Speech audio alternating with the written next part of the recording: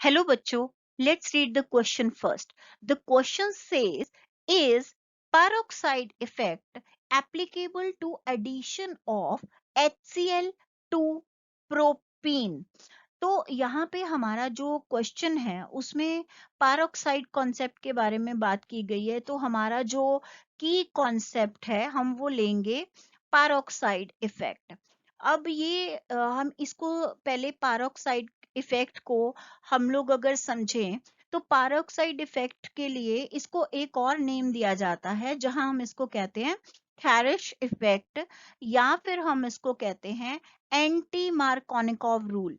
तो तो इसको तीन नाम से हम लोग जो हैं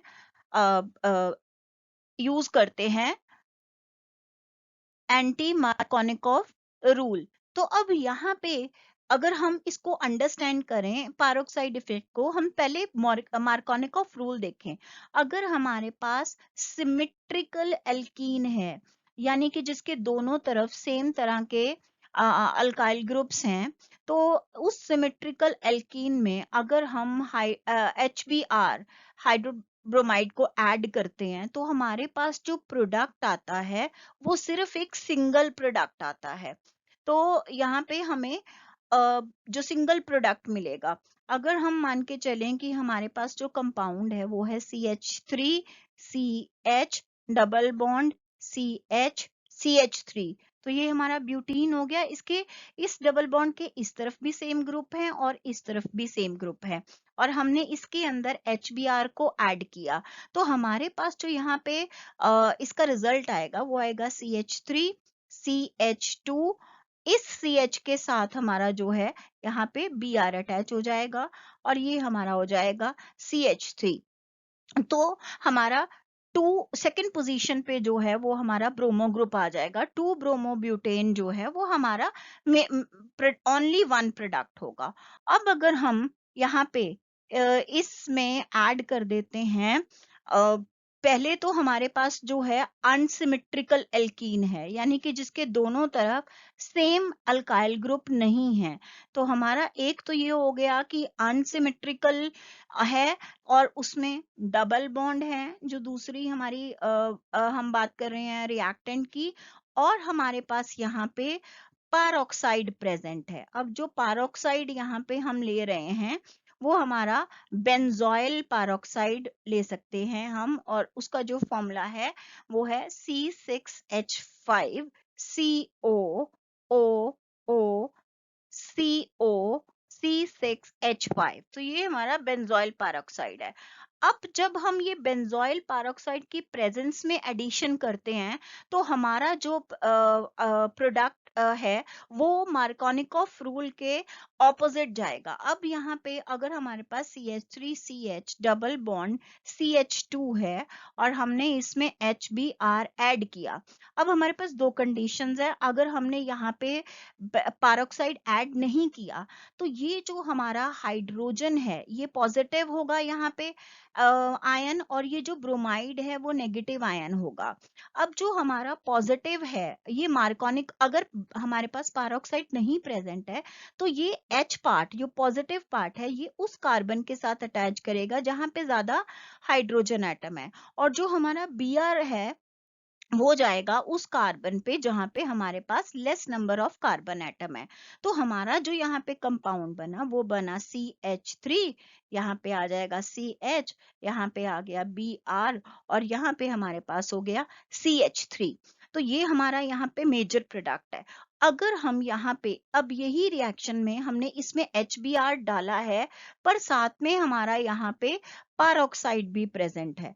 अब ये जो ऊपर था मार्कोनिकॉफ रूल था, अब ये पैरोक्साइड में क्या हो जाएगा कि हमारा जो इफेक्ट है वो रिवर्स हो जाएगा, और उसी को हम यहाँ पे पैरोक्साइड इफेक्ट या एंटी मार्कोनिकॉफ रूल बोलते हैं। तो हमारा जो यहाँ पे मेजर प्रोडक्ट हो जाएगा वो CH3CH2 और यहाँ पे CH टू Br आ जाएगा। तो यहाँ पे हमारा जो है अब Br इस कार्बन के साथ अटैच हुआ, ये हमारा पैरोक्साइड या एंटी मार्कोनिकॉफ रूल है। अब यहाँ पे बेसिकली जब हम इसकी बात कर रहे हैं तो ये जो खारिश इफेक्ट है ये प्रोड्यूस होता है फ्री रेडिकल, इसका जो प्रोपगेशन है वो फ्री रेडिकल मैकेनिज्म है। जबकि जो हम मार्कोनिकॉफ रूल की बात कर रहे हैं वहां पे हमारा जो है कार्बोकेटायन बनता है, और वहां पे जो कार्बोकेटायन फॉर्मेशन है उसमें सेकेंडरी कार्बोकेटायन जो है वो मोर स्टेबल है। तो इसीलिए हमारे जो प्रोडक्ट हैं वो डिफर करते हैं। ये हम बात कर रहे हैं मार्कोनिकॉफ रूल की। तो अगर हम यहाँ पे अब बात कर रहे हैं एंटी मार्कोनिकॉफ या हमने कहा पारऑक्साइड इफेक्ट, वो भी पर्टिकुलरली जब हम बात कर रहे हैं सिर्फ HBr की, तो हमारे पास फ्री रेडिकल मैकेनिज्म जो है वो यूज होता है। तो यहाँ पे अगर हम देखें हमारा जो हमारा C6H5 C double bond O, फिर से O O और यहाँ पे फिर C डबल बॉन्ड O, और ये हमारा जो है बेंजोइल पैरोक्साइड था। तो यहाँ से हमारे पास जो है एक इधर शिफ्ट हो जाएगा और ये इधर बॉन्ड शिफ्ट हो जाएगा। तो ये इलेक्ट्रॉन्स उस तरीके से आ गए हमारे पास। तो हमारा यहाँ पे होमोलाइसिस हो गया है। तो होमोलाइसिस के बाद, ब्रेकअप के बाद यहाँ पे जो हमारे पास दो मॉलिक्यूल्स बनेंगे फ्री रेडिकल के। यहाँ पे दो तो बन गए 2C6H5 C double bond O, और यहाँ पे O ये रेडिकल आ गया, और प्लस हमारे पास 2C6H5 यहाँ पे और फ्री रेडिकल, और प्लस हमारे पास जो है 2 कार्बन डाइऑक्साइड बन गए। अब जब हम ये जो 2C6H5 जो है रेडिकल, ये जो है इसके साथ जब हम यहाँ पे HBr को ऐड करते हैं तो हमारा जो है फिर बनेगा C6H6 प्लस Br का हमारे पास जो है वो फ्री रेडिकल प्रोड्यूस होगा। और अब अगर हमारा जो थर्ड स्टेप है उसमें हमारा Br free radical plus CH3, यहाँ पे CH और यहाँ पे CH2, और हमारे पास यहाँ पे जो दो हमारे इधर इलेक्ट्रॉन्स पड़े थे, एक यहाँ पे शिफ्ट हो गया और एक हमारा जो है यहाँ पे शिफ्ट हो गया। तो अब इसका रिजल्ट हमारे पास क्या आया, हमारे पास एक सेकेंडरी फ्री रेडिकल बनेगा। तो ये हमारा जो है सेकेंडरी फ्री रेडिकल बन गया जो कि ज्यादा स्टेबल होगा, और यहाँ पे हमारे पास प्राइमरी फ्री रेडिकल जो है वो प्रोड्यूस होगा। अब ये जो है, अब हम इसका स्ट्रक्चर अगर देखें तो वो है CH3 CH, यहाँ पे हमारा इलेक्ट्रॉन CH2 एंड Br, और जो हम प्राइमरी फ्री रेडिकल की बात करें तो CH3 CH CH2, और यहाँ पे हमारा जो है वो Br है, और यहाँ फ्री रेडिकल। तो ये लेस स्टेबल है फर्स्ट वाला, और सेकंड वाला जो है वो मोर स्टेबल है। तो ऑब्वियसली फिर जो इसी मैकेनिज्म से इस वाले स्टेप से जो है वो आगे चलेगा। अब अगर हम देखें यहाँ पे, जब हमारा जो पैरोक्साइड इफेक्ट है ये सिर्फ एप्लीकेबल होगा सिर्फ HBr को, HCl को या HF को या HI को ये रूल एप्लीकेबल नहीं होगा। क्योंकि अगर हम यहाँ पे स्टेप्स देखें, जो हमारा स्टेप थर्ड है, जो उनकी एनर्जीज होगी, ये एक्चुअली बेस्ड किस चीज पे है, इसका जो बेस है वो है एनर्जी चेंजेस जो होंगे स्टेप प्रोपोगेशन में, energy changes in step propagation. तो अगर हम यहाँ पे स्टेप प्रोपोगेशन में एनर्जी चेंजेस HBr और HCl में कंपेयर करें तो जो HBr है उसके जो दोनों स्टेप्स होंगे वो दोनों ही हमारे एक्सोथर्मिक होंगे, यानी यहाँ पे जो है वो हमारी एनर्जी प्रोड्यूस होगी। तो और दूसरी तरफ जो हम HCl की बात करेंगे तो यहाँ पे जो है ये फ्री रेडिकल मैकेनिज्म को फॉलो नहीं करेंगे। तो फ्री रेडिकल मैकेनिज्म यहाँ पे फॉलो नहीं होगा। यहाँ पे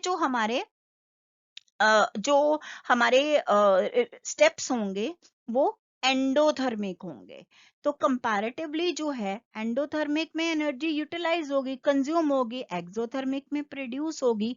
तो हमारा जो है, अगर हम इसको इस तरीके से देखें, हमारा जो स्टेप थर्ड है वहां पे हमारे पास ये हमारा हैलोजन जिसमें फ्री रेडिकल है CH3 CH double bond CH2। तो इससे हमारे पास बनेगा CH3 CH सिंगल एंड यहाँ पे CH2X। अब यहाँ पे जो है, क्योंकि हमारे क्वेश्चन में हमें यहाँ पे बोला गया है कि हम लोग जो हैं, जो हमारा क्वेश्चन में हम प्रोडक्ट ले रहे हैं कि क्या वो एप्लीकेबल होगा टू प्रोपीन। तो 3 कार्बन एटम हो गए, ठीक है। और हम यहाँ पे जो X है, अगर हमारा ये क्लोरीन होता है, अब डिपेंड करता है कि ये क्लोरीन है या ब्रोमीन है। तो अगर ये हमारा क्लोरीन है, तो हमारा जो X अगर क्लोरीन होता है, तो हमारी जो डेल्टा H है वो आएगा -101 किलो जूल पर मोल। एंड अगर हमारा जो है वो XBr है, ब्रोमीन है, तो डेल्टा H हमारा हो जाएगा -42 किलो जूल पर मोल।